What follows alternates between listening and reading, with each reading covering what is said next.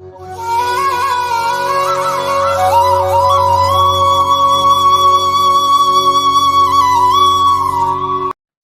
பக்தர்களுக்கு என் அன்பு வணக்கங்கள். ஓம் சாயரம். என் அன்பு குழந்தையே, இப்பொழுது என் பிள்ளை ஆயிரம் கஷ்டங்களை மனதில் சுமந்து கொண்டு என்னிடம் கேட்டுவிட துடித்து கொண்டிருக்கிறாய். சோதனை காலம்தான் உன் கர்ம வினையின் பலன்தான் என்று கூறுகிறீர்கள்.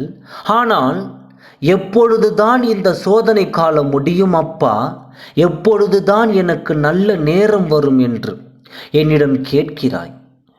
இத்தனை சோதனைகள் தாங்க அப்படி என்னத்தான் நான் பாவம் செய்துவிட்டேன் என்று என்னை நோக்கி நீ கேட்பது புரிகிறது.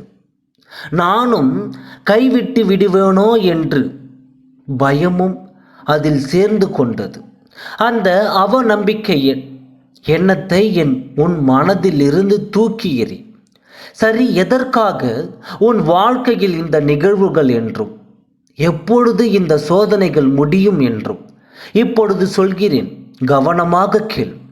ஒரு தாய் தன் பிள்ளைக்கு உடலில் நோய் எதிர்ப்பு சக்தியை அதிகமாக்க எவ்வாறு எல்லாம் மருந்துகளை கொடுத்து அப்பிள்ளையின் உடலை வலிமையாக்குவாளோ அதே போலத்தான் நானும் உன் மனதை ரணப்படுத்தும்படி பேசியவர்களின் காயத்திலிருந்து நான் உன்னை காப்பேன். உன் மனதை பக்குவப்படுத்தும் உன் மன தைரியத்தை வளர்த்து எதுக்காகவும் உனக்கான வலிமையை நீயும் உன்னை சுற்றி உள்ளவர்களும் புரிந்து கொள்வதற்காகவும் சில நிகழ்வுகளை நான் நடத்துகின்றேன். ஒரு தாய் பறவை தன் பிள்ளை பறவையை பறக்க வைக்க எல்லா முயற்சியும் செய்யும். அப்படியும் பறக்கவில்லை என்றால் அது உயரத்தை கண்டு அஞ்சுகிறது என்று புரிந்து கொள்ளும்.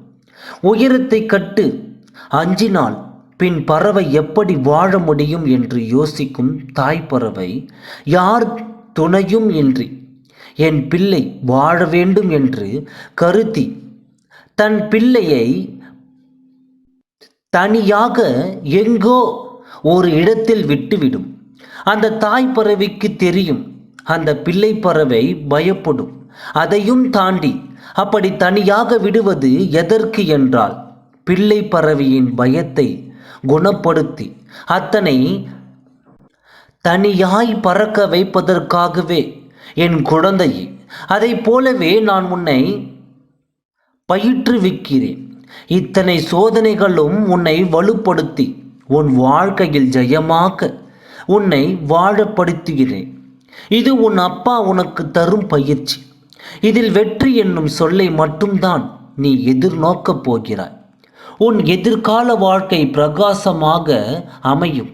அதனால் சில சோதனைகள் உன்னை மூழ்கச் செய்யும் அளவிற்கு இருக்கும். ஆனால் நீ மூழ்க மாட்டாய்.